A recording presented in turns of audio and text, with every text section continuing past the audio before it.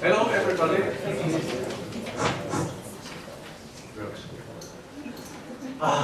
It's a great pleasure to have all these colleagues and friends here with me. 25 years Ecotrans.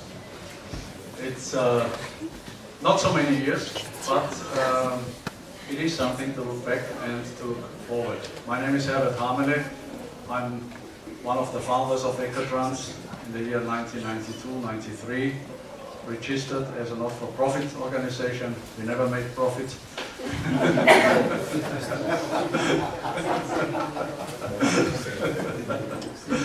And we are very glad to be able to present you the 2 days program. Many of you have participated in a little online survey in the past weeks. You know what's it about. There's SDGs, Sustainable Development Goals 2030, and I will be the first and the last speakers in the next hour. Still some colleagues and friends are coming in, and I hand over to my colleague and friend Gordon, who will tell us what's it about with these SDGs and fairy tale ending. Okay, thank you very much. Good afternoon.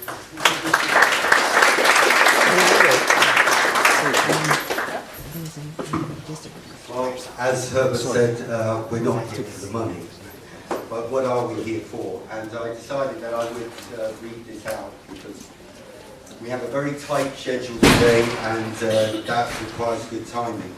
And this is all about time, I feel, and we'll be introducing the SDG countdown clock as some part of the proceedings, as part of the Tourism 2030 knowledge base, to go with the work to be done in the next 12 years. But I've asked the question, and it was in response to the UNWTO policy paper on our common future for tourism earlier last year. And I was asking myself whether the SDGs, the Sustainable Development Goals, with their 17 goals and their 169 targets and their 304 indicators, whether they are a complete fairy tale or whether we can have a fairy tale ending. And I wanted to make the difference clear. A fairy tale is a fantasy that will never happen, and a fairy tale ending is where a reality in which we all live happily ever after comes to pass. Our common question today is, in which categories do the SDGs fit? And secondly, if we wish to see a fairy tale ending for all those suffering in our global society now, and if we wish to live on a paradise planet with thriving nature whilst celebrating the diversity of human culture through cultural interchange and innovation in a peace-based green economy, then how do we work together to implement the vision, to meet the goals and to reach the targets? And I think that's what we're here today for. Unfortunately, similar targets set in the past have been missed, and I have to say, I'm old enough to say I started to work on the Water for All by the year 2000 project in 1985. A basic need for everyone that was not met, but instead made one of the Millennium Goals. And now, that same target is back into the SDGs 2030. So I must, as a serious person, question whether we can meet these goals and how we meet them. Most of us both see the problems, and implementing the solutions seems to be going against the state of play, but we're trying our best. And we seem to be in a world which is gripped by a materialistic inequality that's part of this problem of unsustainable development, and it's endangering all of us and the planet itself. And I'm sure many of the Ecotrans members will pinpoint just what those challenges are. So in this slide, we're proposing that it's time that brings us all together, and to ensure that governments and businesses are on track, we need a countdown clock to set us in motion, to remind us daily of the work we need to do on the road to sustainable development. And that means setting a collaborative agenda to make our common future the best for all on board our one planet paradise we hope to make and keep. Specifically, we are here to focus on travel and tourism, to make this happen, knowing that it's the cross-cutting sector with the potential as a key vector for overall sustainable development of our countries, our cities, our homes, and in the tourism world, our destinations. By mainstreaming the value system of sustainability, as the peoples of the world travel across borders and cultures, we can put an end to political fairy tales and spread this message across the globe to give the agenda for this century the fairy tale ending we should all deserve. So on that note, I will introduce you to the 25 years of Ecotrans work on that through the work of the individual members themselves. Thank you very much.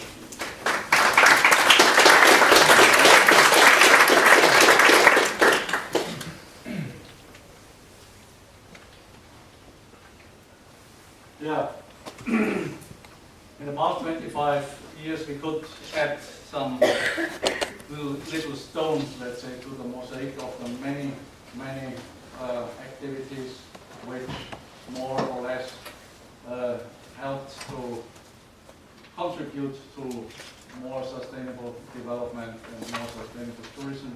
We started in 1993 with an eco letter in written, and putting 6,000 copies every 2 months into an envelope and stamping them and sending them. And this communication was quite hard, but it was something which helped us to identify, to put together and to disseminate information.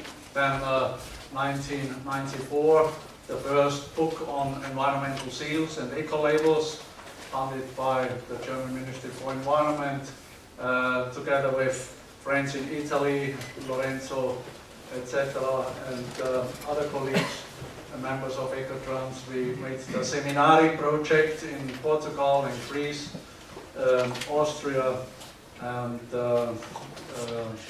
what else? Italy, yeah, right? Italy. And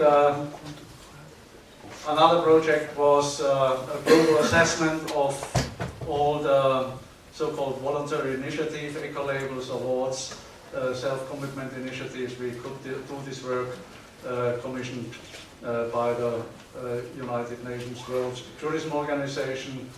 Eugenie Yunis in that time was quite active in this field, and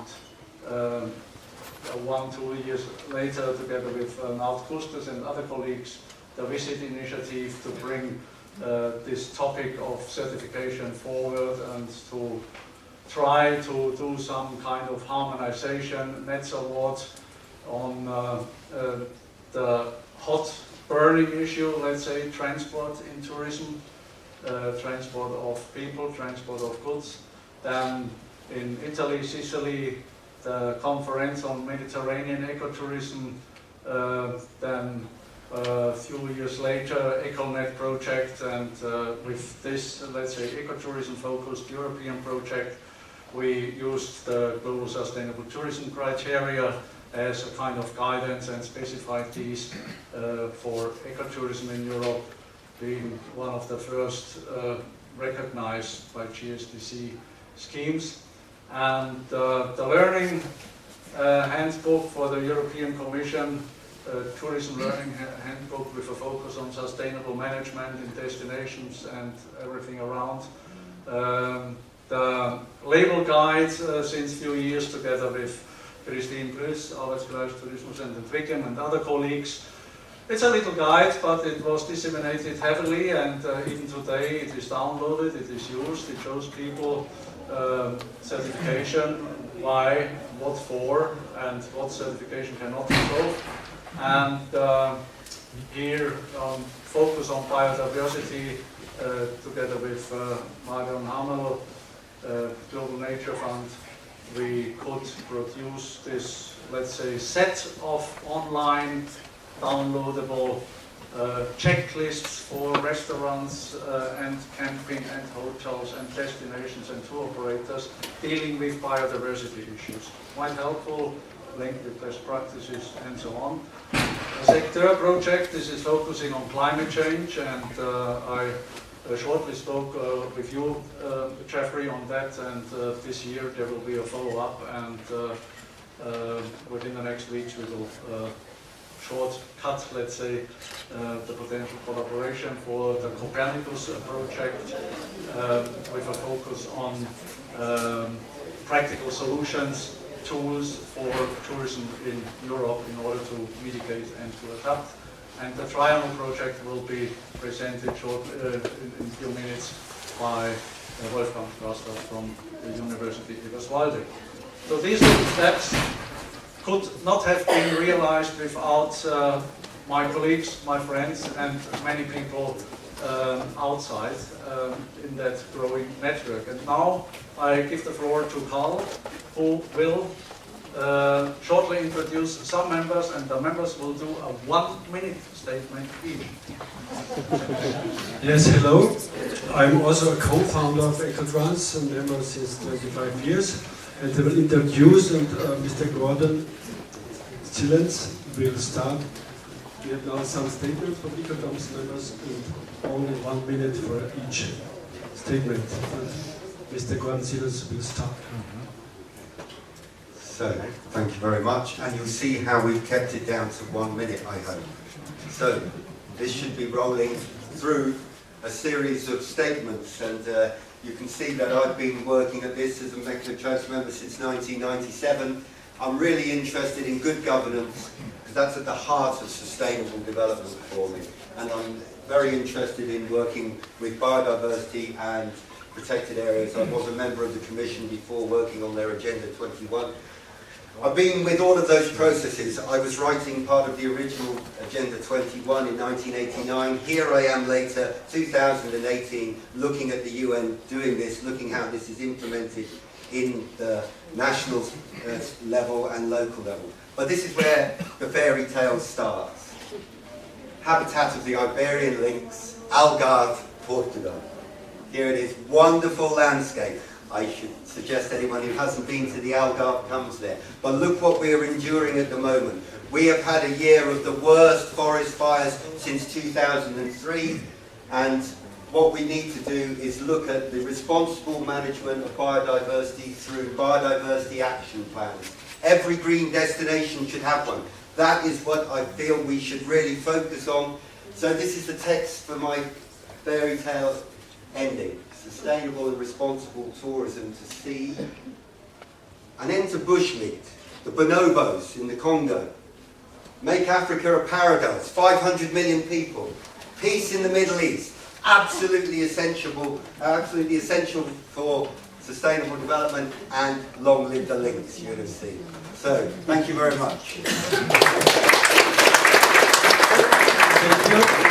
I introduce myself. My name is Karl Reiner. I'm from Austrian consultant company since 35 years, and I'm involved in this field, especially on the mobility issue. I think you know it's the main question, also in respect to climate change. And since some years there's a little bit focus on this thing. You see the value chain, a lot happens with mobility and transport, and that's, in my opinion, is the most key challenge we have to solve. And there are some solutions. In Austria we have now some programs since for some years. We have to work on a strategic level, how you come to the destinations. It's a bit more short, so that was it. So the main message is that the solution is sustainable mobility. So next, Marco Walter, please. Here you are.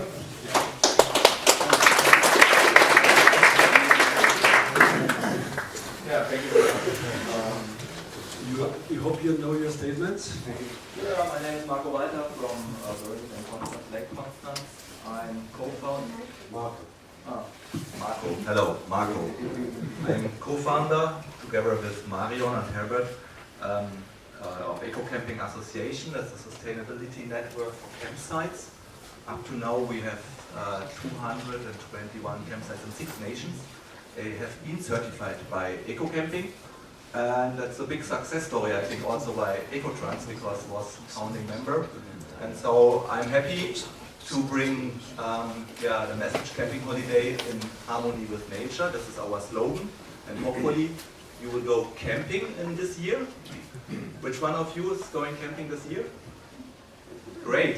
Then have a look at the eco camping sign, and yeah, looking forward to good Thank future. you very much.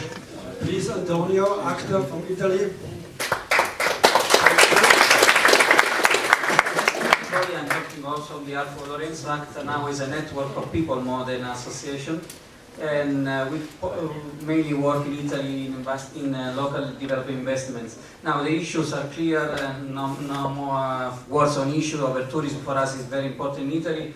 What's the solution? The point is that we think we have to focus mainly on digital and digital transformation. A revolution is coming, we are not aware of it, especially in our small world, and I think we should open to this. First, last thing, thank you Herbert for taking us together. Thank you very much, Antonio. Now, I want to introduce Peter Ziemers also from the beginning, from Food Tourism Consulting. Yeah,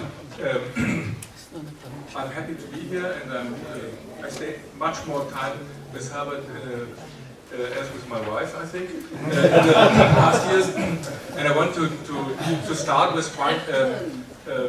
one major information. We had different parts of different phases of tourism criticism. You see here, we had a black phase, elite tourism, a red phase, ideological tourism, green phase, ecological, and now we are in the blue phase with sustainable and soft tourism.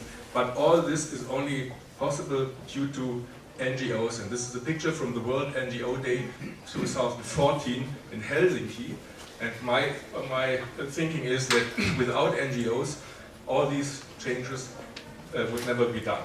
In our days, we have a lot of very good examples. We have books, we have destination, sustainability indexes, but the key challenge is mass traffic, CO2 emissions, masses everywhere. We are talking about over-tourism.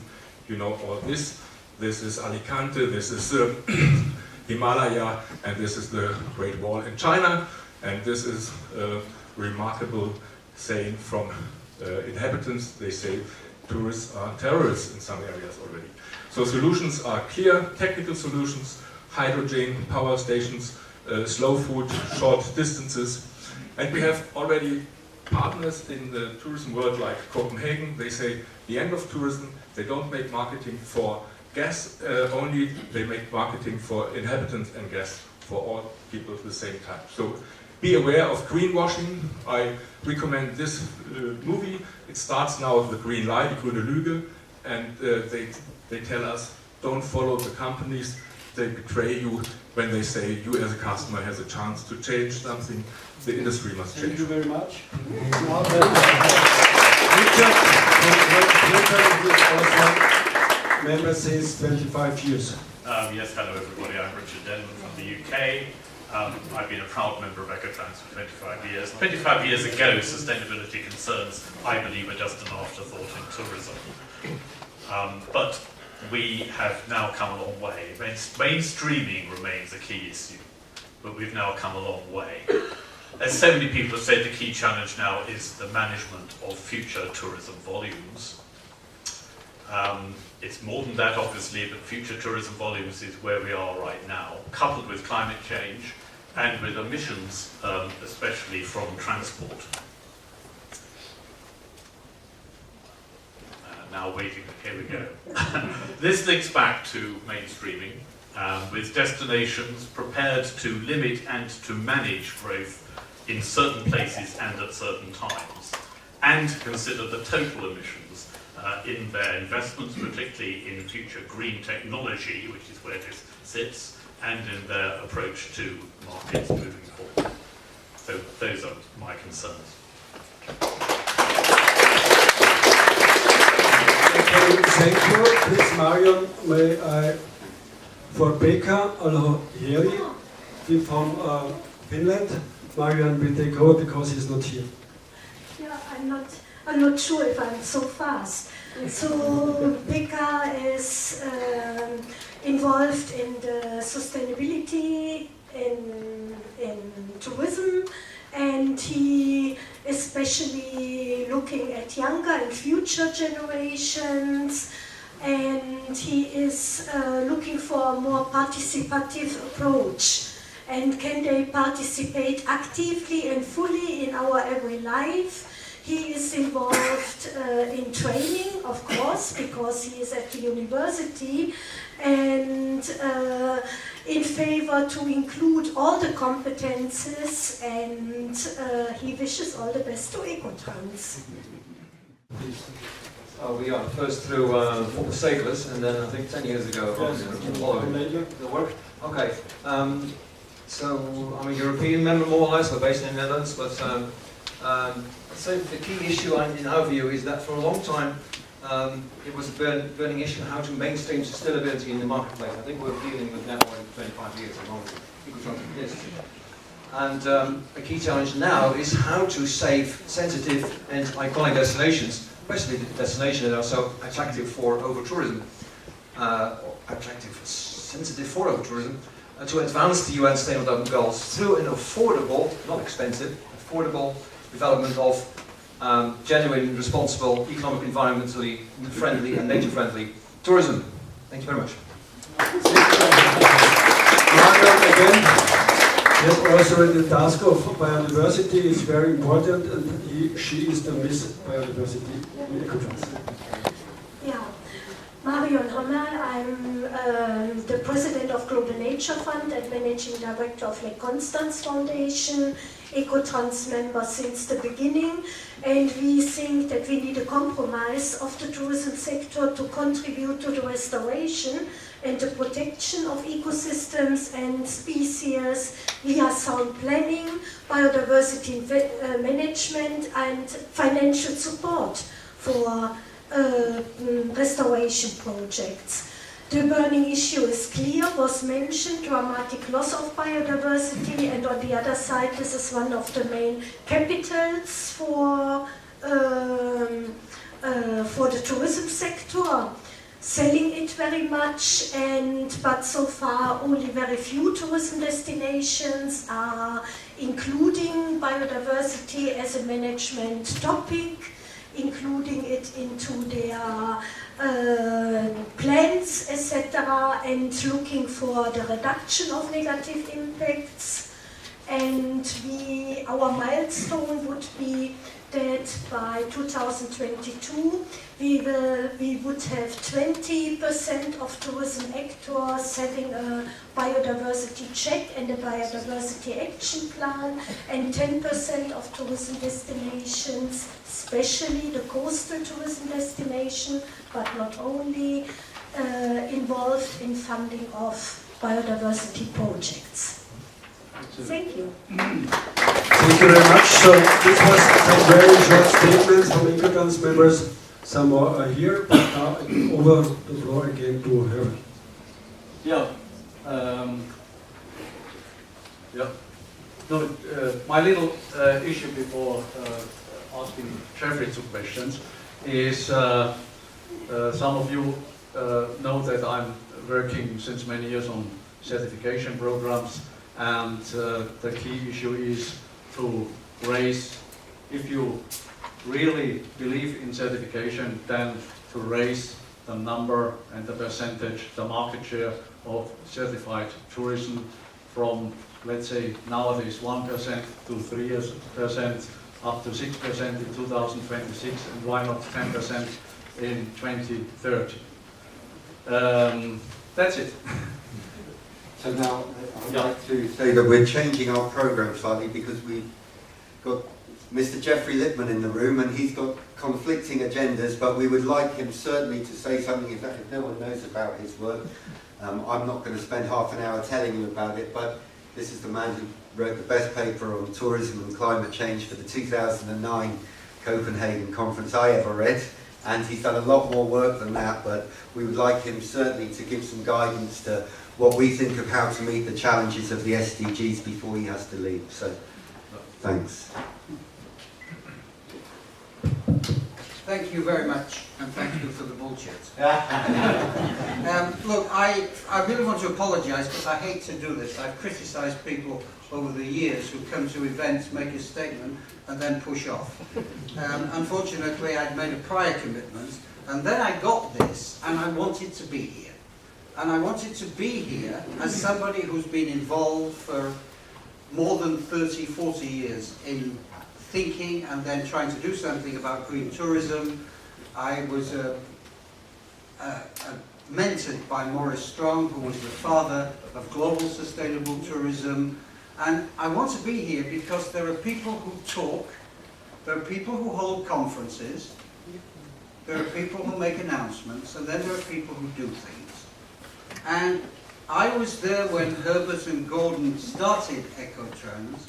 I've watched your evolution, I've watched your members stick with you, I've watched the camaraderie that you have amongst you, and quite frankly I think this is a group of people who are at the very core of the kind of transformation that the SDGs are all about. This is actually, I don't think it's a 2030 solution, this is a journey which started with the Club of Rome in 1972.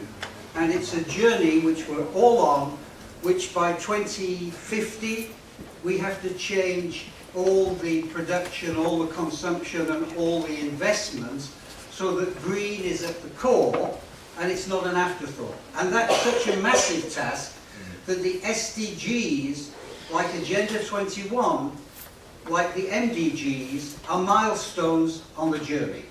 So I wanted to be here to say that the organisation that I'm working with, which is called SUNX for the Strong Universal Network, and our focus is only one thing, it's climate change. If we don't fix climate change, your kids, your grandkids, they either freeze or they fry. All of the other goals are really important and really good things. If we don't fix poverty, if we don't fix gender equality, the world will go on.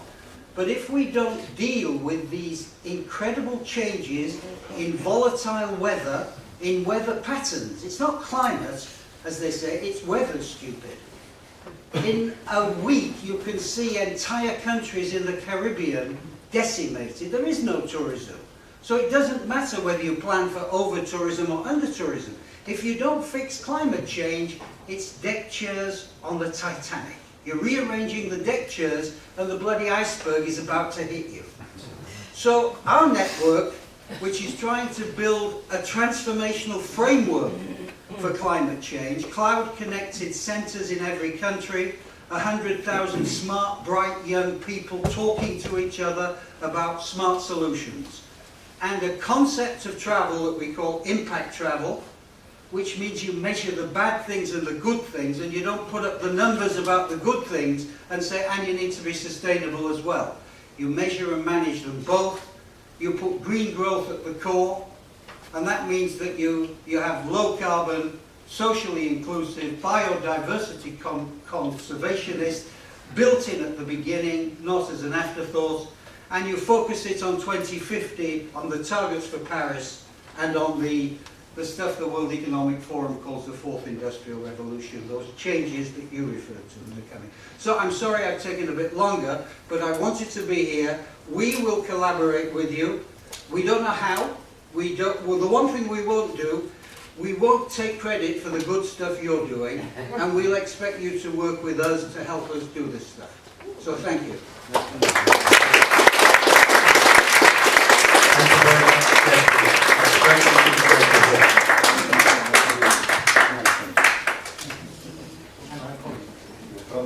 I'm doing a talent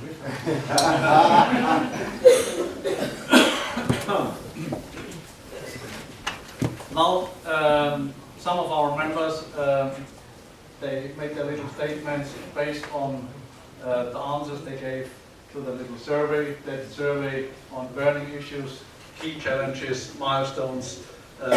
Within 2 weeks we had 114 participants from all over the world, from 41 countries and all 5 continents. And we just had an interim look because the survey in a few weeks will continue to be online and stay online. The percentage shows here clearly that the goal number 12, sustainable consumption and production, is the one most named in the survey, followed by other ones. There is no goal which is, let's say, marginal. And if we look at the 10 topics which we will present in a minute, we are dealing with our Tourism 2030 platform and network. Here, destination management, climate change and certification marketing are 3 issues which are a little bit more named than the other ones, but also human rights, labor rights is not marginal, cultural heritage, lifestyle, diversity, etc. So we will continue with this survey. It's very helpful, and to, let's say, give the survey back to all those who respond, and we can do something with that, together with all here and many other people out there. We have some special statements of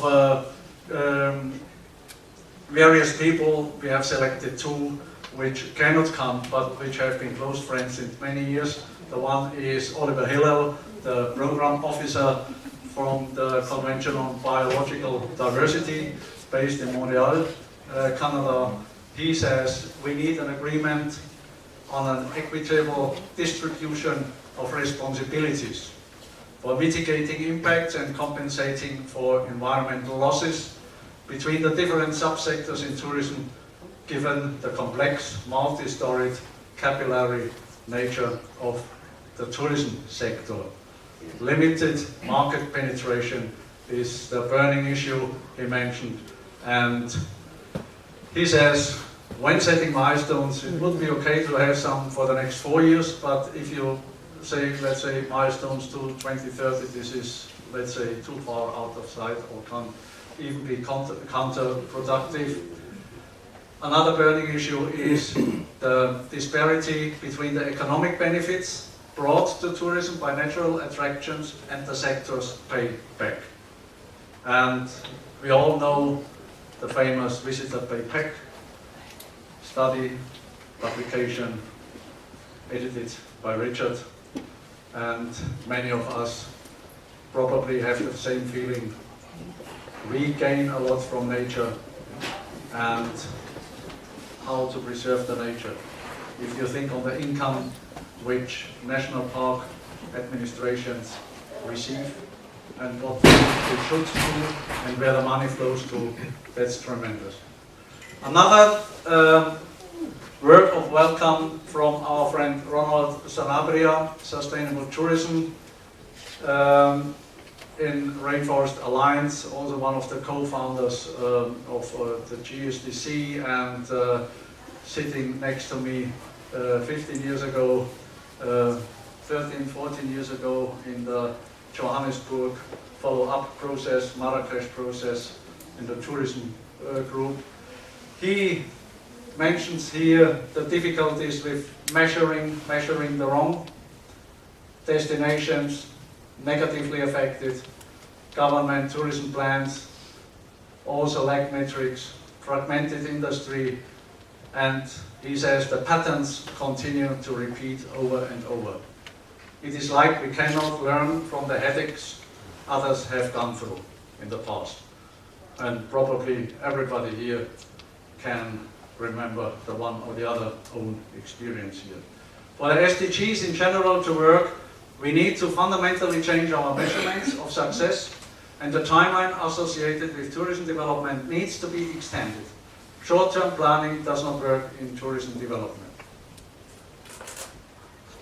And now I also want to mention some losses, and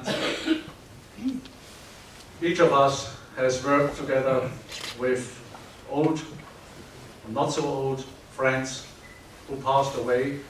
And last year it was Amos Bien who died after a very, very difficult last 2 years. And Ronald asked me to let him say a few words He says, Amos was an inspiration to all of us who believe that tourism can become that force behind conservation and the development of our communities. His contributions to sustainable tourism at national and international levels are immeasurable.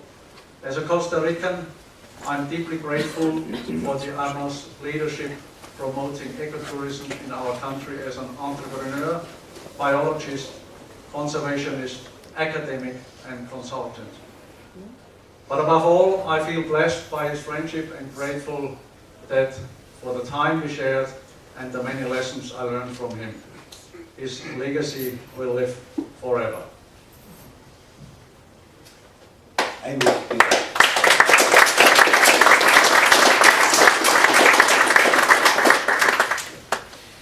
Now we start the second part. Tourism 2030 platform as a knowledge networking portal for sustainable and responsible tourism. Gordon, what is that? Okay. I should go with this microphone. And I'll just remind everybody where this started. It started in the World Summit on Sustainable Development in Johannesburg in 2002, and the European Environment Agency came away saying, we will set up a global portal, not just European, a global portal as our contribution to sustainable development, which can be used by destinations to network the triple bottom line of sustainability. Over the last 15 years, that has evolved into the Tourism 2030 portal, and I think we're just about starting to get it right. It's taking us 15 years of technology transformation to catch up with, but right now we've got an excellent web tool to be used by different networks in a collaborative fashion to meet the goals, and this is what it looks like when you change screen. There's the new layout and the things you can find on the portal. This is the new layout, and the center of the layout is the compass which leads you to these different sections of information: tools, resources, events, good practice, who is who, services, marketplace issues, news. And just to pick out 2 or 3 of these information sections on tools, we know there are many certificates and awards. There are within certificates, many certificates worldwide, operating worldwide, internationally, or on continental level in Europe, or on national level in many countries in Europe, in Africa, in the Americas, in Asia, and the challenge for many businesses, for millions of businesses, is this one. Which one is the best one for me? And on Tourism 2030, now we have ready the beta version next week, the full version on the Environmental and Sustainable Tourism Certification Quick Finder, which allows you to filter your category, your country, the operational level of the label, if you are interested in a local one or global one or national one, sustainability level, only environment, or covering all sustainability issues, or even being GSTC recognized is one of the filters. And also the credibility level is it first party, test audit, on-site audit, third party, or GSTC accredited. These are the filters. And services. Are the certified businesses available online on Tourism 2030? Transparency. Are the standards published? Do they offer other services like, let's say, networking, like Eco-Camping offers a networking platform for their members, etc., etc. Many services which help businesses not to be alone, meet with others, and select that label which fits most to their interest and situation. Certified tourism, 10,000 here on the map, is something to deal with. For example, the green travel maps, which we started to offer now, and here you can have green travel maps on a local regional level, like in Germany, the nördliche, northern part of the Black Forest. They use this in order to keep their own businesses informed which of your colleagues is certified, and of course, together with the label finder, you can also be on the green travel map. And then this enters, of course, the green travel map of Baden-Württemberg. Felix Rein is here, responsible for sustainable tourism development in Baden-Württemberg tourism. And this enters then the national map, Germany Travel, and Olaf Schlieper is here. And Germany Travel is using the data, the hotels, for their own marketing worldwide. This is quite helpful because all these they have approved, and you can filter by which type of certificate, etc. Quite a helpful tool. Another tool is the Good Practice browser. Think on the destinations, green destinations top 100 yesterday. 100 destinations, all of them are doing good. And if we have, as we started a few years ago with Albert, let's say, taking out the essential. What are, let's say, the good things they are doing? Yeah, the strengths, yeah, the solutions. Then this can be searched and filtered again along the GSBC criteria as the practice exams all over the world. That's a fantastic tool which helps. And all this is linked to the 10 so-called topics which I mentioned before. And one of these are the 10 topics: climate change, destination management, knowledge networking, natural heritage, biodiversity, certification marketing, human rights, labor rights, value chain management, fair trade, travel, transport, mobility, cultural heritage, styles and lifestyles, and good governance and CSR. And take one of the topics, for example, climate change. Again, you have access to the information using, in this case, the compass, only linked with climate change information, and then you have results, for example, the who is who in climate change in Europe. And then you can further filter this, who is sitting in the next village, working on this issue as an NGO, etc. So, that's the Tourism 2030 platform for you, for all of us.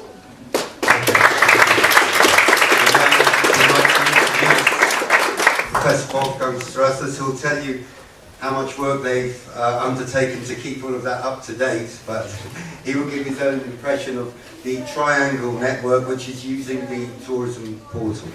Okay, hello, my name is Wolfgang Strasser. I'm not an Ecotrans member, but I've been in touch with quite a few of the Ecotrans members for many years in different contexts, like on the advisory boards of TourSearch or the International Ecotourism Society. We went to Munich just before you left for some. So anyhow, I'm very happy that after all those, let's say, years of informal cooperation, we are actually now doing a project together, and that's the Triangle project. It's a 3-year project. Can you switch now? Yes.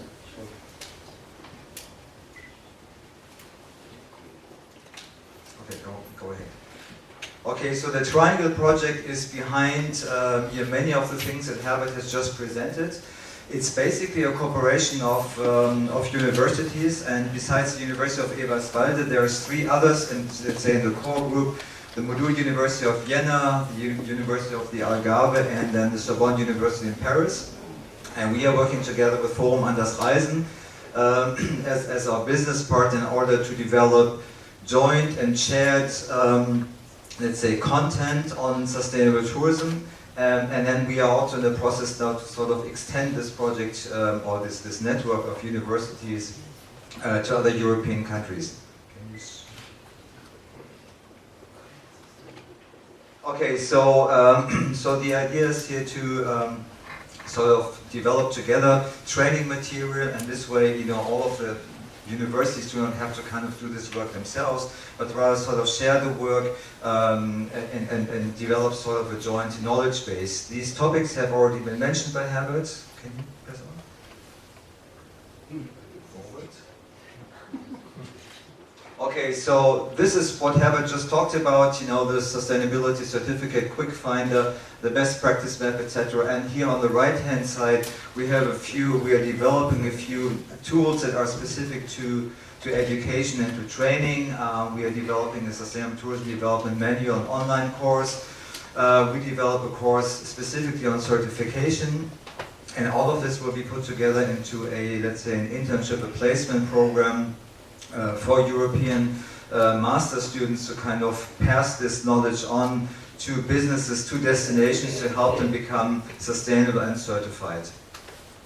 Okay, so, and this is, you know, just my very short pitch here, and the message is, so if you represent a university, if you represent a company, if you represent a destination, you're very welcome to join our network. Thank you very much.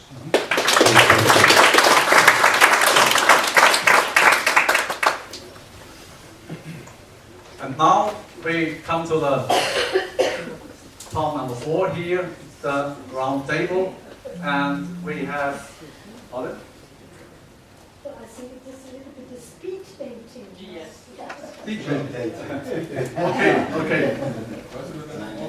We have some additional excellent guests here, Antje Monshausen, Christine Plüss, and others which will be presented now by Mario. And could everyone who's mentioned come and sit up here, please? Okay. Christine Plüss from Arte. Yes. More than 30 years of supporting human rights and labor rights in the tourism sector, and initiative Hier unterwegs, one of the founders of this initiative. The next one, Dirk Lasser, Director of the Department for Sustainable Development of Tourism at the WTO. The next one, Petra Thomas from Forum Andersweisen, the CEO of this maybe first forum of tour operators which have sound sustainability criteria. Randy Durbin from GSTC, hi Randy, the CEO of GSTC, and Olaf Schlieper, German Travel, responsible for innovation and sustainability of the German Tourist Board. Jeffrey has begun, and Antje Monshaus, Tourism Watch, specially engaged with human rights and labor rights of tourism in the South. And what are the milestones and what is the solution for these problems?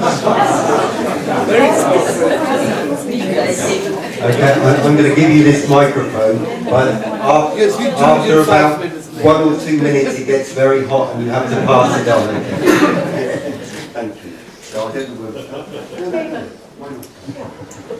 Okay, I think after, let's say, 50 years of international tourism growth, we have to realize that we need a transformation of tourism. So the Agenda 2030, which consists of the 17 development goals, has the very intensive title Transforming Our World. So that means we have to transform tourism, otherwise the transformation of our world will not be possible with the importance that tourism plays. So the challenge, one of the challenges, besides climate change and everything that was mentioned, is participation. How can we get people on board, bring them in the driver's seat, the people who are living in the destination, because they are the basis for every tourism activity.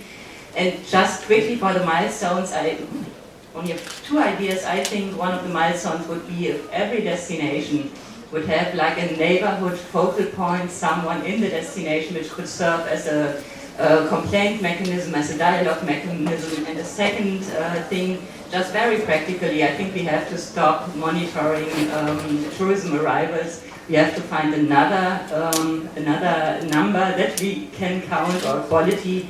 And one technical approach would be to measure the length of stay, and to see if this is increasing, because the length of stay, the time that travelers spend in a destination, has a lot of effects on the well-being of the local communities and the also satisfaction with, of the local people with tourism. Thank you.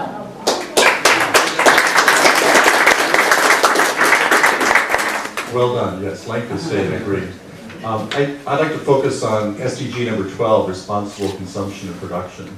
The SDC has a role in that, and I think that that is one of the two areas where we face some of the biggest challenges, big picture. I want to mention the other one I have in mind, is that we talk about travel and tourism as one industry, one sector, but if you look at Oliver Hillel's comments earlier, he was talking about subsectors. You could argue that tourism industry is not one industry. Aviation is so different from rental cars, from hotels. So I think we have to be mindful of that at all times. We have different challenges and different solutions to all those different elements, whether we call it the subsectors or separate sectors, forget the language, whatever you call it, they're different. And so they have different challenges and they have different solutions. But I want to spend my remaining 1 minute or two talking about, we cannot separate consumption and production when we talk about sustainable consumption and production. We tend to like to separate them somehow, and you cannot separate them. In the marketing of any kind of product, destination, whatever, good marketing includes some product placement that is an interplay of production and consumption.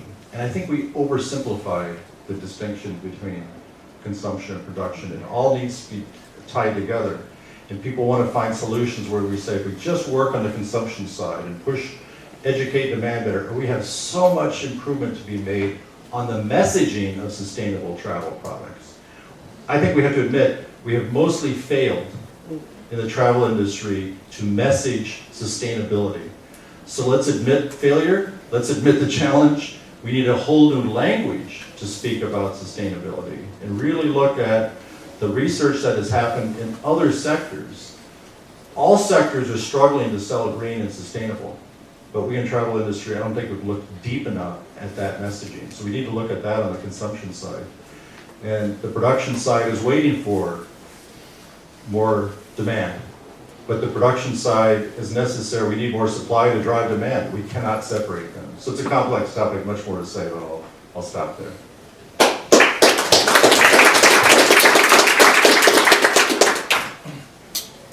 Thank you, and I first want to congratulate Ecotrans for the 25th birthday. So happy with Herbert and all the folk for having done a great job.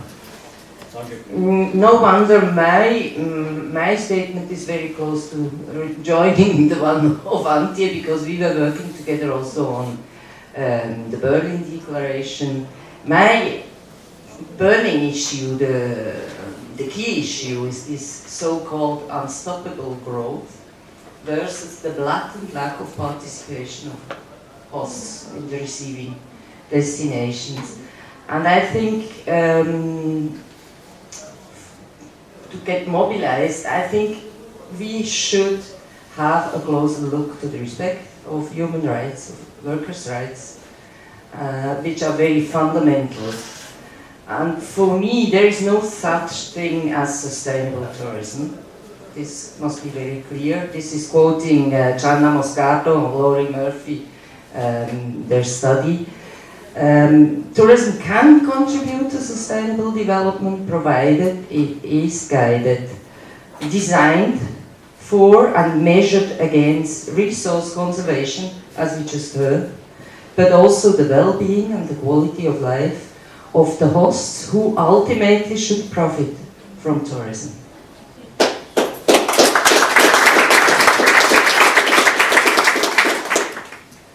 Well, it's nearly over, but we start now to address very big issues. From the point of UNWTO, we fully concur with the need of decoupling the growth from the use of resources. That was the common point in all the statements seen before.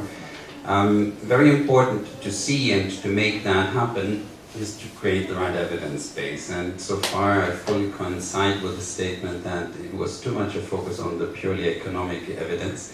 Even that evidence is far too far away from being relevant. It's an ex post evidence we see in the tourism sector. We very much focus on the environmental sector, where we have a huge problem right now to produce matching data at the local level, where management is actually happening in a relevant manner for the tourism sector. And we have very little evidence in the social cultural dimension, and the evidence produced over there is not helpful, necessarily helpful for the tourism sector. So here, it's a very strong focus for us in the smart destinations, in the way how new governance is taking place, evidence is used for the management of tourism in those places.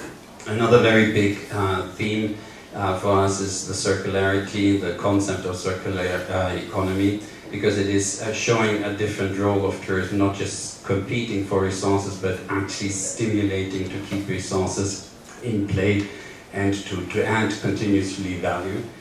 And then the last thing I wanted to say, of having been in the SDG process involved and caution. The SDGs are very important. Many people right now are just running after the objectives and indicators. It's not about that. The big achievement of the SDGs was that they are of global nature. The next big achievement is that they are much wider than what we have seen before. The next and very strong statement of the SDGs, proof, evidence. We want to see evidence of that your actions are actually producing something. This is the catalytic function of the SDGs. Don't run after individual indicators. They might change, they will change, they have changed. It is important to show responsibility, respect to the information, how it was produced, traditional information, but to embrace non-traditional data sources to achieve the overall objectives. That must be at the forefront of our thinking. Not throwing something overboard, but at the same time showing the responsibility and seeing how our world is changing around us and be relevant.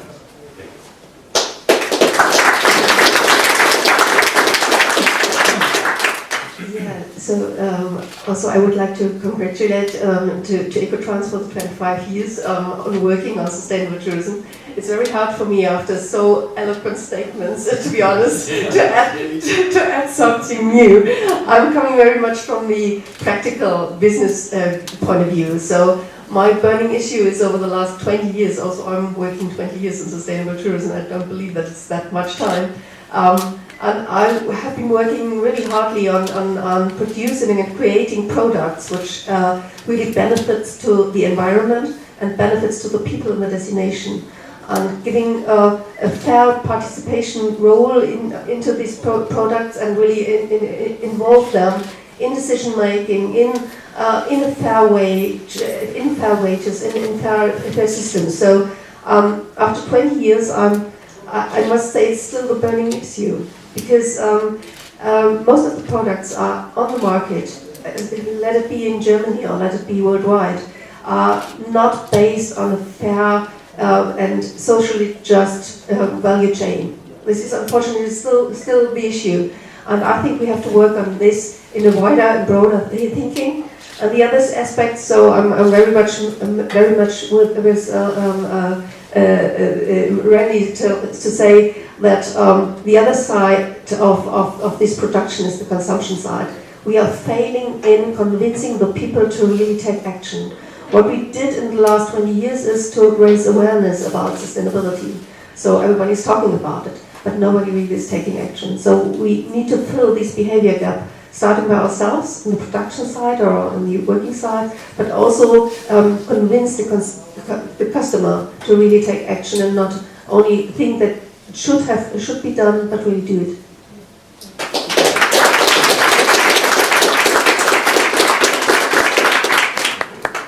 So I'm the last one. Thank you very much. Yeah.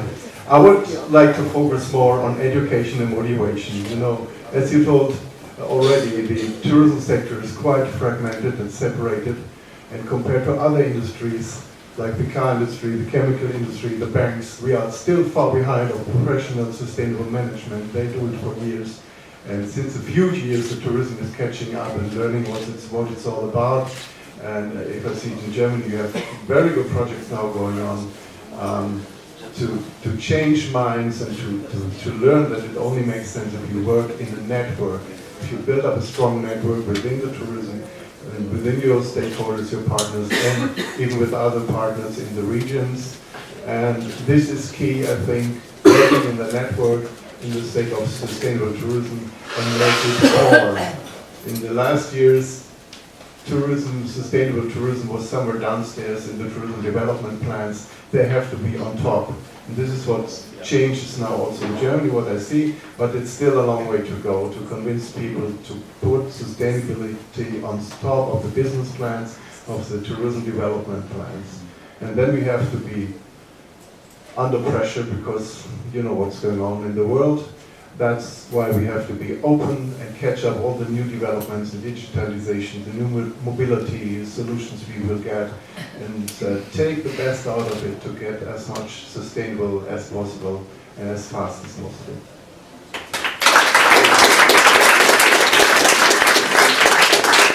Okay, we're coming to an end now of this event, and I'm just taking over right at the end to ask two things here now. And there's two things going to happen. I'm going to ask one question, and that question is a hands up question. Who thinks the SDGs are a fairy tale, or whether they're going to have a fairy tale ending? That's what I want to ask first of all. So, in this room now, you've got a minute to think about that. Who thinks the SDGs are just a story being told to us, like the Millennium Goals, etc., because they are targets which should be met by all governments who signed up to them, who said they would work tirelessly in 2015 to achieve these goals by 2030. So let's ask that question. Who thinks the SDGs are just a fairy tale? Okay. If someone count these hands. Count these hands. And how many people think there's going to be a fairy tale ending? Oh, the optimist in there. Okay, that's cool. And so there's a lot of neutral people in there. So, and just because I know we're running over time now, I've got one more thing to ask. And that is, we're going to take a photograph with the panelists here of all the Ecotrans members. But I see so many faces in the audience that I personally have worked with. And I'm sure Herbert has seen many of your faces. If you have in any way worked with Ecotrans in the last 25 years, please come and be in this photograph. It's as simple as that. That's what I want to say. So, thank you very much, everybody.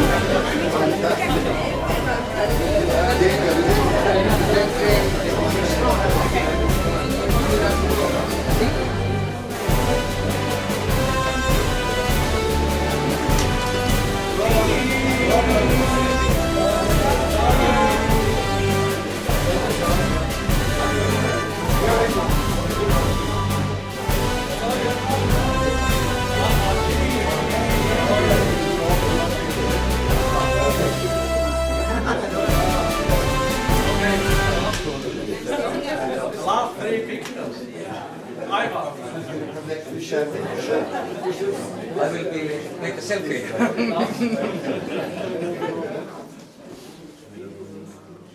Will we get this picture, Herbert? It'll be on the internet. Look on Tourism 2030. One more.